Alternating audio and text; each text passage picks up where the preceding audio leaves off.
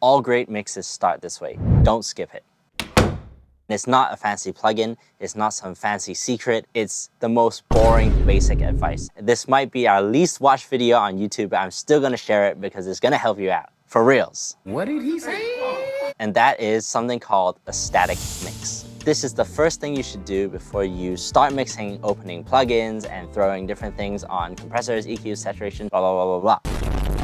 Let me tell you why you should start with a static mix. But before that, we need to answer the question of what is a static mix? So the static mix is purely balancing the entire mix with your volume fader and panning. And if you think about it, everything we do in mixing is really about balance, right? We have volume balance with the fader. You might say like, oh, what about EQ? Well, EQ is frequency balance. Oh, I like where this guitar is balanced, but it has too much lows. I want to balance the lows, but keep the relative volume.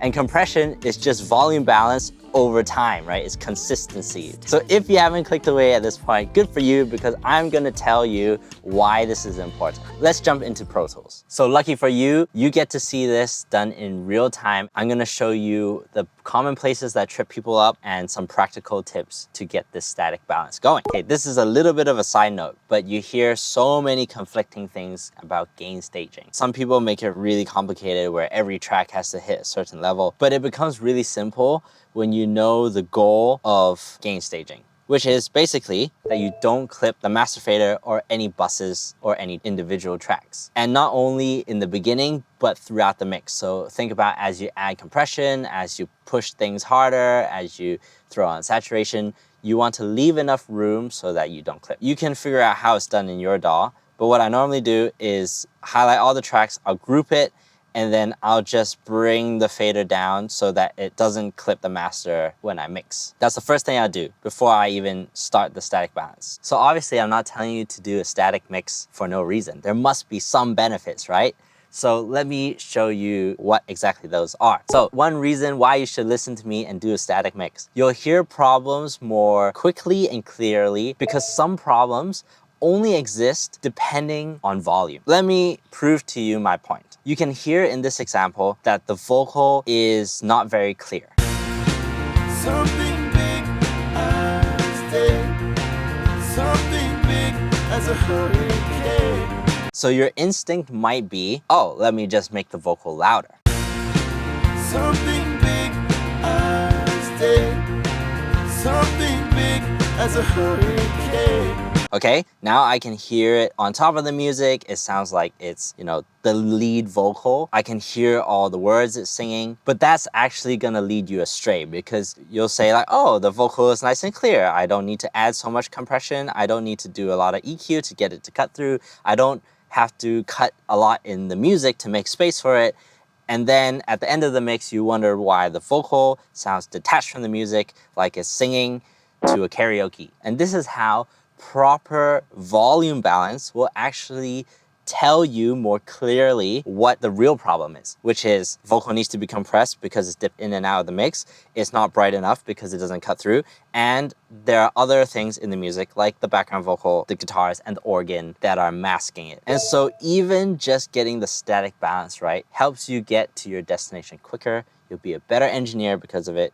Thank me later. Okay, so here's another quick example of this problem. So say like we listen to it and we're like, the drums are not punchy enough. Let's fix it with volume. Something big as day. Oh, I can really feel the kick and snare here.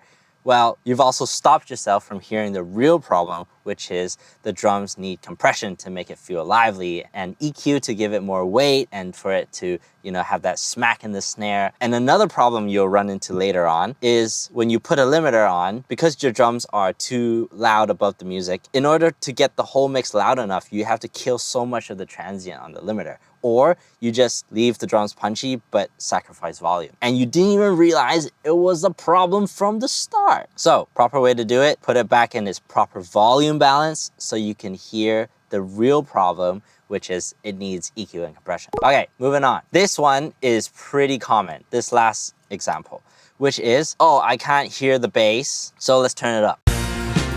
Something big as day, something big as a hurricane. Let's ooh, I can feel the weight now. Nice and fat bass. Then when you're mixing, you're like, it's getting in the way of the vocal. Why don't we throw an EQ on? Something big as day.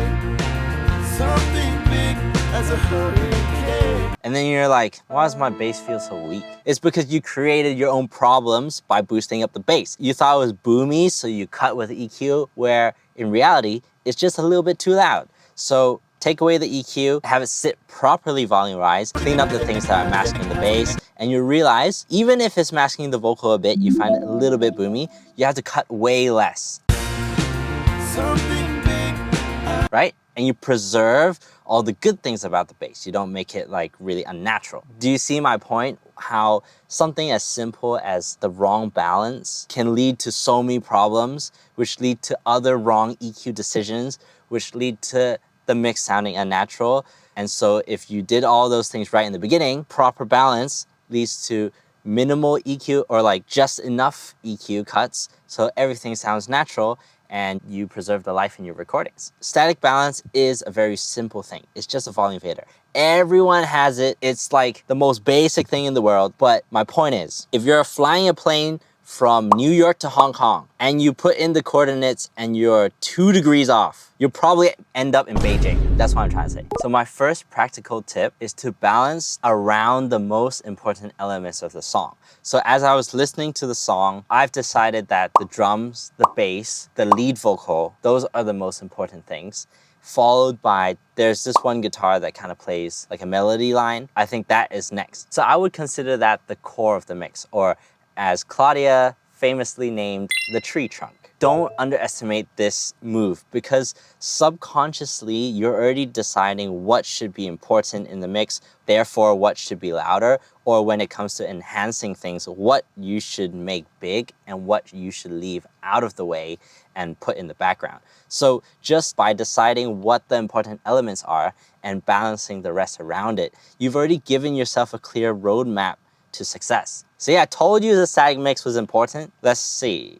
I'm going to mute all the things that I said were not the tree trunk. So normally I start with the loudest section of the song. Most often that's the chorus because it's also the busiest, and I'll get that foundation going and then I'll run through the song and fine tune from there. So let's start with the drums. So here we have some live drums. Even though there's individual mics, there's a snare top, there's a snare bottom, there's tom 1, 2, 3, blah, blah, blah, blah. They all combine to make one drum kit. So we need to decide that balance now. So within the drums, for me, the main picture of the drums is overhead, kick, snare. I'll balance those things and then bring the rest in. So let's go overhead.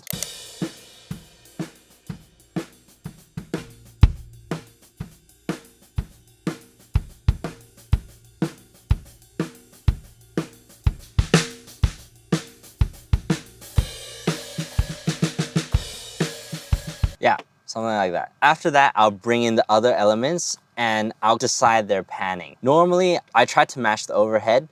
Sometimes I'll go slightly wider, but I won't really fight what's going on in the overhead. So good way to check is solo the overhead. I can hear the riders on the right, hi-hats on the left, so I know this is kind of like from a drummer's perspective, you know? So hi-hat.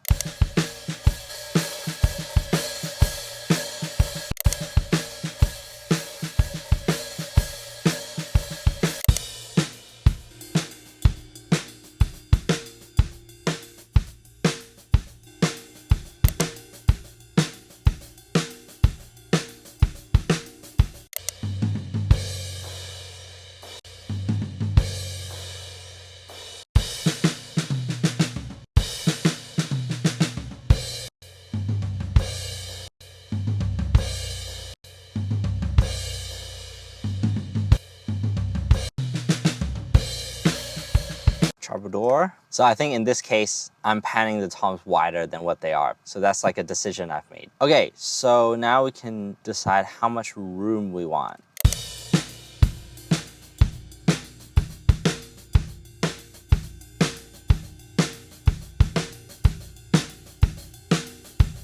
Yeah, just something subtle is nice. Okay, so now that the drums, we've balanced them into one one instrument basically. Let's bring in the rest of the tree trunk. Something big, I stay. Something big as a hurricane. Lead guitar. Something. What's this one doing? Okay, I've also decided like, okay, there's 2 guitars here. I'm going to want to balance the stereo image. One's gonna go one left, one's gonna go right. Something big, I stay. Something big as a hurricane. Let's get something big, I stay. Okay, what else do we have in this chorus? We've got an organ. Something big, I stay. Okay, then I hear there's an octave 2 here. What's this doing? I see. What's this?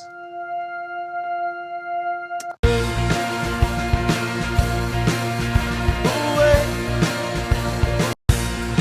Something big, I stay. So if you made it this far in the video, I know this is gonna help your mixing, but one last thought before we wrap it up. Don't get too fixated on finding the perfect balance. Things will change as you mix, you add EQ, you add compression, and you'll have to fine tune here and there. But a good static mix will give you the best chance to identify the real problems and fix them, and mix in a way that helps you enhance the important elements while keeping the supporting tracks in the background. So give it a go in your next mix if you don't do a static mix already. Like this video if you found it helpful, send it to a friend who skips the static mix. And subscribe for more mixing content, and I'll see you in the next one. Thanks for watching to the end. Samfusa.